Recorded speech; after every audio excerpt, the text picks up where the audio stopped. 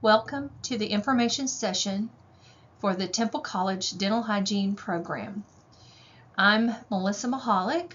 I am the program director for this department and this program. So we'll start with what is a dental hygienist and what do they do? We are actually a licensed dental professional, the only other one in the dental office or dental practice that has a license from the state that they are employed in. So attending our college, you would have a license in the state of Texas to practice dental hygiene. We are the prevention experts of the dental team. We educate patients, teach them responsibility for their own oral health, and then oral health and general health relationship, such as the interrelating workings of systemic disease and oral health also. We actually remove the hard and soft deposits off of teeth. Some would recognize that as when we're scraping the teeth and removing the tartar per se off of your teeth or the stains. We are certified in fluoride application, sealants, and dental x-rays. We're also taught nutritional and tobacco cessation counseling, so that is another service that we can provide in a dental office. And also we are the educators to the community per se. Yes, dentists do that also, and some assistants, but with us being the education experts and the preventive specialists in the office, we will be the ones typically educating the community. You may also wonder where a dental hygienist is employed. And traditionally, we will be seen in working clinically in a dental office. And as you can see from the graph to your right, that about 85% of dental hygienists work in private practices. And so if you add in the corporate dentistry, which it's tending to be more than 10%, I don't have an exact the exact data on that yet, but approximately 95% of dental hygienists work in some sort of private practice setting. About 5% of work in other areas, such as possibly sales, management, consulting positions, education is one. That'd be like myself and all my faculty, that type of situation. And with further education, you can move into other aspects of dental hygiene versus just the private practice or the chair-side dental hygienist, such as teaching, possibly public health and community dental hygiene.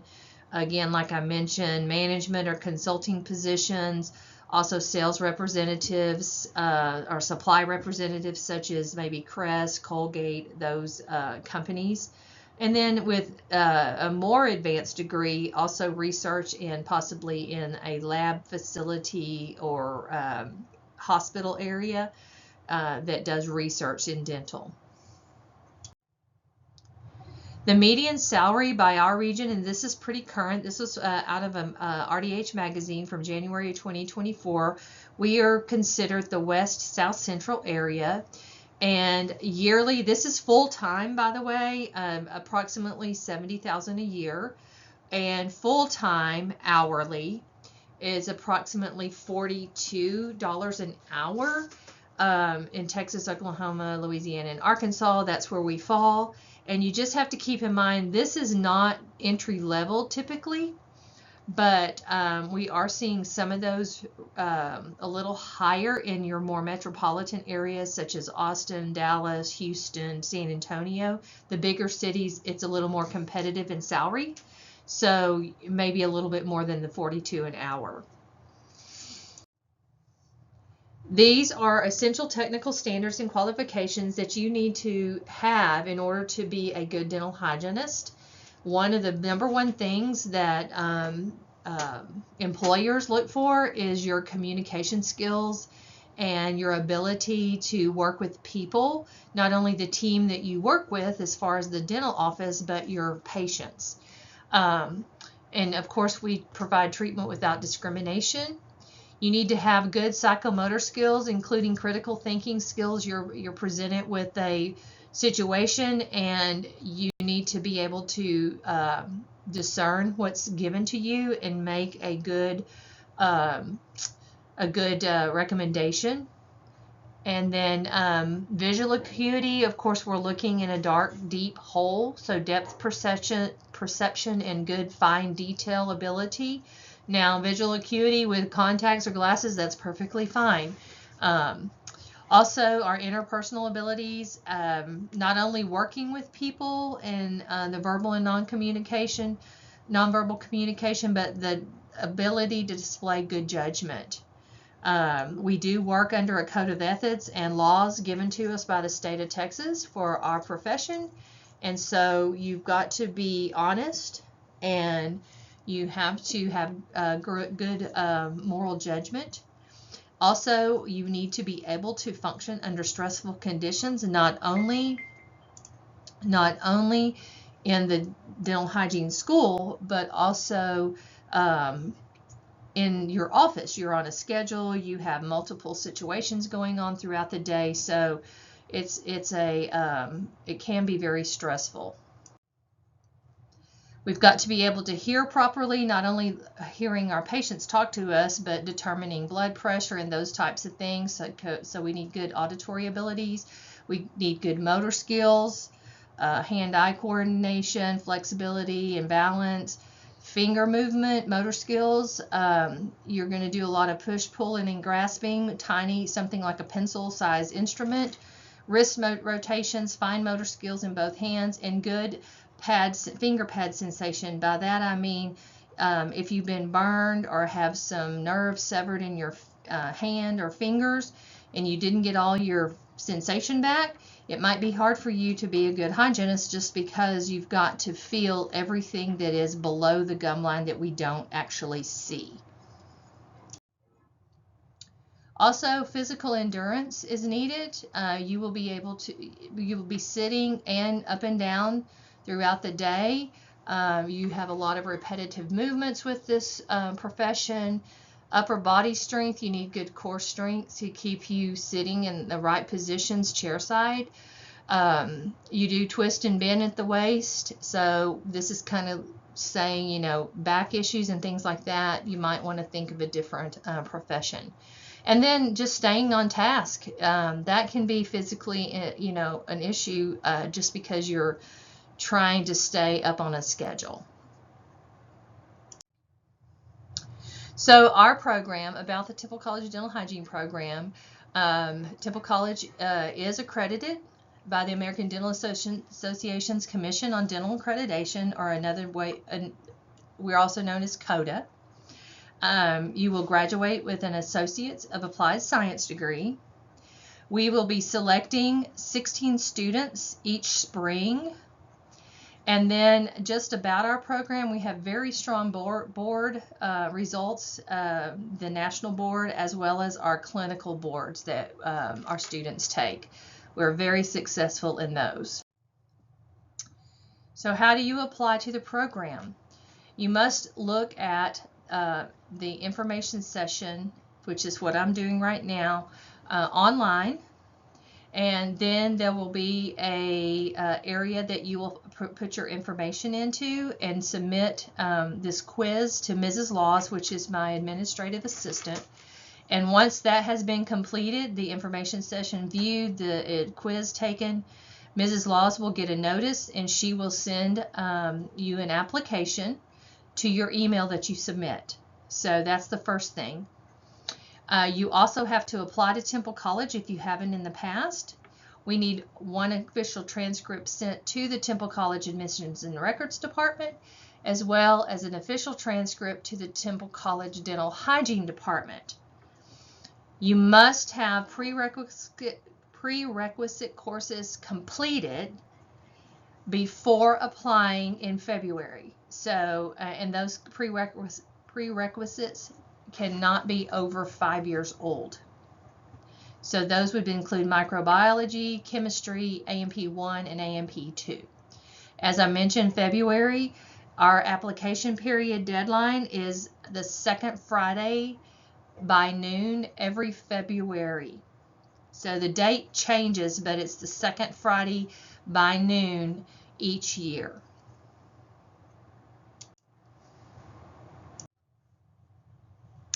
Okay, so this is probably what you're wanting to know more about is components for selection into our program. So first off, you either have to be a high school graduate or have a high school equivalency exam completion such as the GED. You also must have a 2.5 or higher GPA. You must have completed those 4 science courses that I just mentioned previously prior to an application. So you can't be taking one of the prereqs and apply at the same semester. So they need to be completed the December prior to application in February. We need all official transcripts, include all schools you've attended, even if it was 1 college credit at some school. We need all of those, and those actually need to go to the Temple College Registrar's Office, as well as a copy to Mrs. Laws in our department. You need to pass the standardized test that can be taken at any of our college testing centers, or even at any, usually most of the community colleges offer the ATITs. That's the one we require.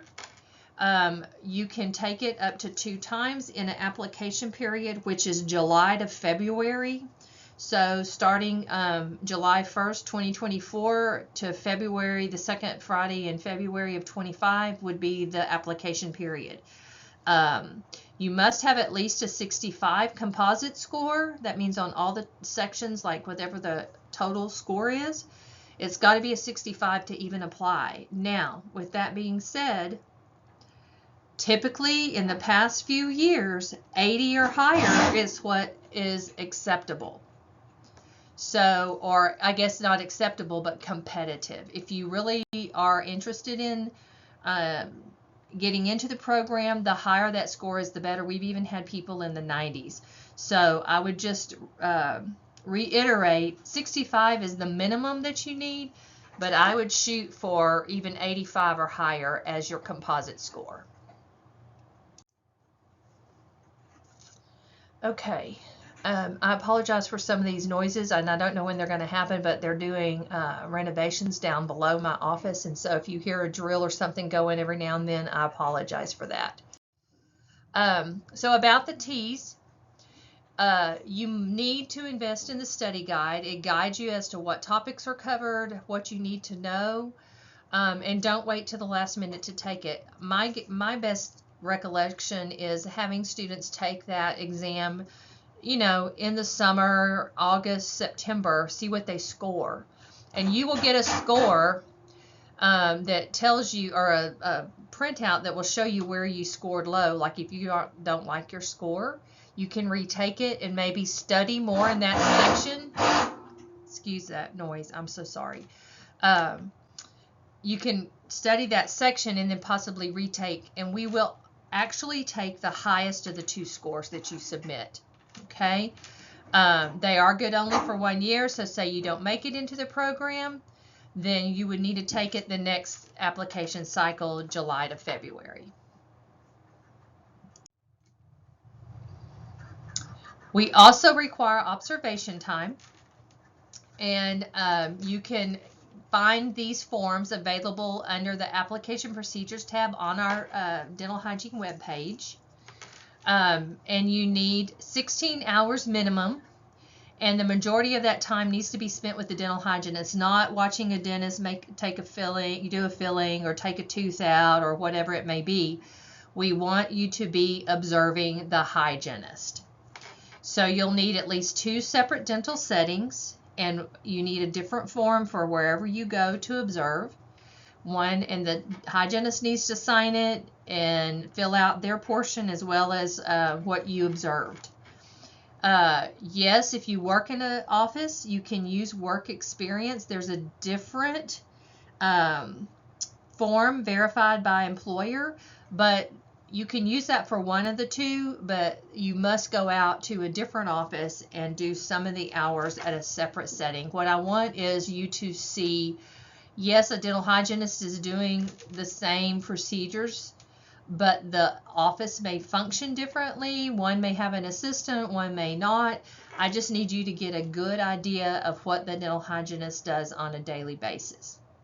Now, if you've applied once or twice and you didn't get in, you will need new observation forms for that current application period. So the ones that you did before to apply will not count towards your new application. Into other considerations to increase your points for application, if you have completed your co-recs or some of the college core here, then that will give you more points on your application. Speech, sociology, electives, a psychology, and an English Comp 1 are all required for the program. And you can find those also on our information, in the information packet, as well as the college webpage. We do offer a dual online enrollment with Texas Women's University. And basically this is a way of completing your bachelor's degree in dental hygiene at the same time as you complete your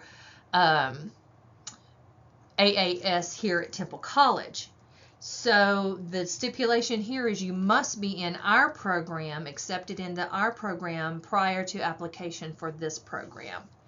Other courses that you could take if you're needing to fill a semester would be a statistics course, your government course, and composition 2. This link just has more information on the TWU site. So anyway, that's another option which a lot of students are taking advantage of, because you are doing that course or that curriculum online while you're doing your dental hygiene at Temple College and your clinical experience here. So what is important? You need to apply to Temple College prior to turning in your dental hygiene application. It's free to apply, so just make sure if you've not attended courses here, you need to apply to the college, do the application, and then you can send your records over, your transcripts over, but they have to have a name to put these records to. So if you've not applied to the college, then when you send any type of materials over, we're not going to have any place to put those. So please apply to Temple College before you turn in even your transcripts, not just the application that it says here. So admissions and records will verify your transferability of other previous courses taken. Say you took some classes at Blinn or Austin or MCC. The admissions and records can verify transferability of previous courses. Now, I'll throw a little caveat in there. Temple College does not take foreign transcripts. So if that's a question you have, we do not accept any. You would have to apply just like everyone else into the program, meet all of the prereqs and co-reqs, have those all completed. So just a side there. So we will take all the applications at the deadline and put them in order as to who scored highest to lowest. And out of those, we will take the top 30 applicants and move on with interviews with our selection committee, a writing sample, and a dexterity exercise. After interviews, candidates will be informed of their conditional acceptance by March 15th, sometime sooner than that, no later than March 15th. And then also, since we have the 16 slots, and we have 60-something people apply, then you might not be in the top 16, but you might be 17, 18, 19, or 20, something like that, and then you would possibly be put on an alternate list. We always stress that hygiene, if that is your goal and your desire to be a dental hygienist, you probably need to apply to multiple schools. And that's what's happened sometimes. Students will apply to 2 or 3 different schools get accepted into 2 or 3 different schools. So sometimes the slot will open up. Say someone applied here and at Blinn and they chose Blinn over Temple College, then I would move to my alternate list to the next person in line and see if they are interested in a position here. So anyway, you would know by March 15th if you're in the program. If you do not get accepted into the program, you do have the option of reapplying up to 3 attempts.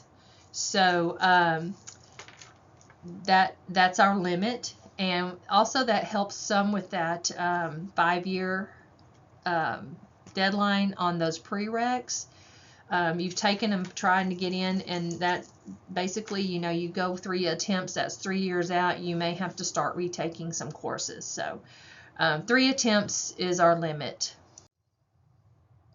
Once you've been accepted into the program, then there's other documents and other things you have to do, such as your immunizations, a background check, and then we send you a more specific form that lists our technical standards and qualifications that you have to attest to that you can do. Just a little extra on what you should know about dental hygiene school. It is very time consuming. Of course, science heavy. You have to plan for this program. It takes a serious life and financial planning. It's a lot of money out of pocket, not just the education at the college here, but there's additional expenses such as licensure and exams at the end of the program and things like that that aren't part of the Temple College cost of the program. But you need to really think about your life and financial planning. You need to be very organized, very intense, and it's much to learn in a short amount of time. So it's a constant thing. And again, this program, like any health professions, you don't just learn it and leave it. Each course builds upon the next course upon the next course. And so all of that is utilized as you move into the clinical side. Everything that you learn in the classroom, you're going to apply that in the clinical side. So it's a lot to learn, it's a lot to remember. And then I also put in here, working is strongly discouraged. I cannot tell you not to work, but typically you cannot hold down your current working schedule and do well in dental hygiene school. There's a lot of time involved with the school, so be advised to that situation. Of course, there are expenses. Please refer to the information packet. You can download that from our TC Dental Hygiene website. And again, it is also under application procedures, and there's a tab that says information packet, and it's very detailed. And then there's also where you would get your observation forms. Also, in addition, like I said, to just general school expenses, you need to be prepared that there are some financial costs at the end of your 2 years. In order to take your boards, you have to pass a national board, which is a written exam, a clinical regional board, which is where you actually do your process, you scale or you clean with instruments on, actually now we do mannequin exam. There's also a jurisprudence exam on the laws and rules and regs of the state for dental hygienists, and then there's a licensing fee. So those are all in addition to what Temple College would charge you for the program. In this diagram here, like it says, it's an estimated cost of the program. It does not include room and board, and all costs are approximate. We can only project this out from what it's cost in the past. So, and this in the yellow box here is what I was talking about, the additional expense into what we, this is all your board exams. You take a national board review in the spring, a national board exam in the spring, and that's early January that these are due. Then you have the CETA, which is your clinical exam, and that's like in April. Then you have your jurisprudence, that's also probably May, and then your licensing application is in May, so for the state of Texas. So you can see these fall straight across line up. And then I also want to call your attention to what I have highlighted here in green. This fits most of our students as far as the cost of the program, tuition books, your vision, your CPR, all of these things, your uniforms, your loops, memberships into our student association, some videos and things like that. So about $12,645 in the first year and approximately $9,000 to $10,000 in your second year. And most fall in out of district. It is slightly less if you are in district and pay Temple College taxes if you live in Temple. I have to put this slide up and inform you that this is bloodborne pathogens are part of our profession. We use needles, there's blood, and you need to be aware that all healthcare workers have an occupational risk of bloodborne infections.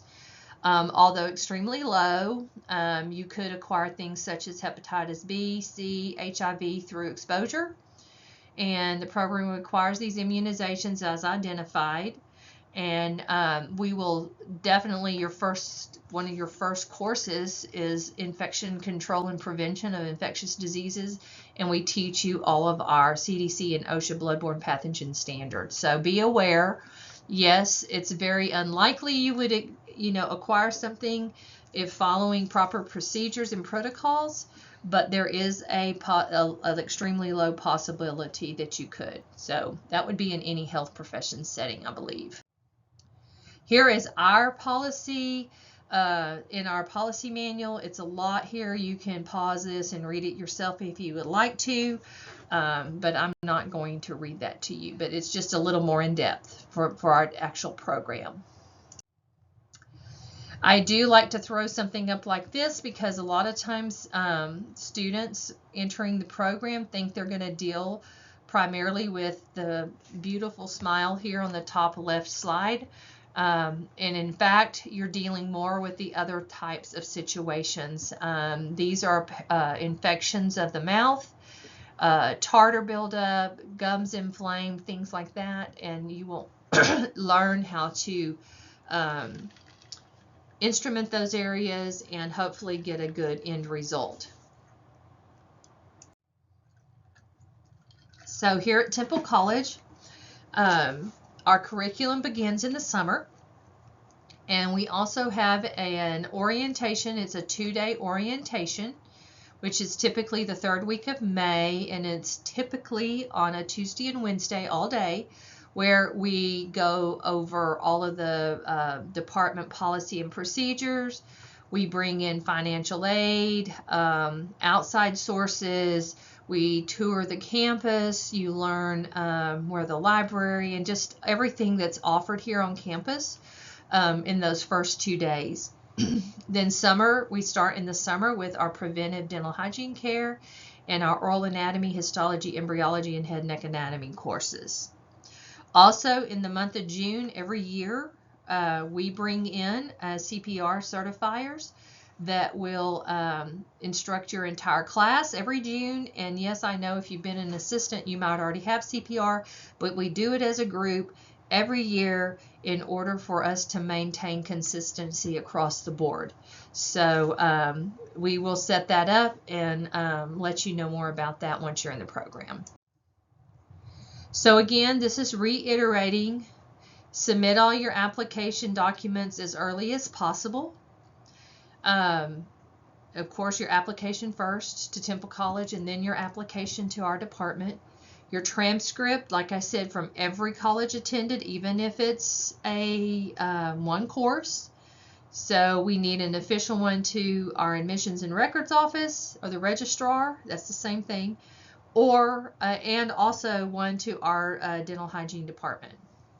Also submit your observation verification forms.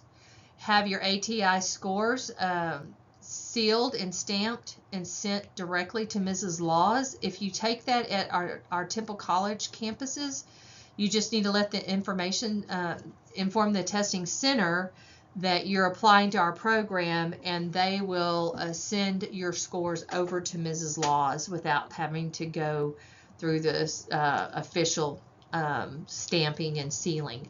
Now, if you take it a different school out of the area, something like that, you'll need to do the sealed and stamped envelope or the official score sent to her. Also, you might want to check with Ms. Laws on a regular basis if you need to change anything. Maybe you moved, your address changed, you want to make sure she got your documents, especially when you're getting closer to the February deadline. And the best way to contact her is through her email. She's real good about keeping that up and following up on all emails that come through. Sometimes you may miss her with a phone call. She actually is administrative assistant for for the division, as well as my program and surgical technology, so she stays quite busy. So emailing her is probably the best mode of communication. Here is her phone number, my phone number, and then how to visit our webpage. This is our current clinic. This is summer of 2024 that I'm recording this. And come the end of summer, I should be able to add additional pictures of our newly renovated clinic. So that is some of the noise that you heard in the background a little bit earlier. They are renovating this part of the building, and we will have a new and improved clinic come the end of August, I hope. So now you must complete the certification of attendance, or the quiz, which is the quiz, in order to receive your application for the program. An email with the application will be sent from Mrs. Laws to you. So I have her email noted here, and I just noted it because you need to be on the lookout for an email from her for your actual application. I hope this answered most of your questions. If not, download the detailed information packet from our webpage and email Mrs. Laws or myself if you have additional questions. I appreciate your time and thank you.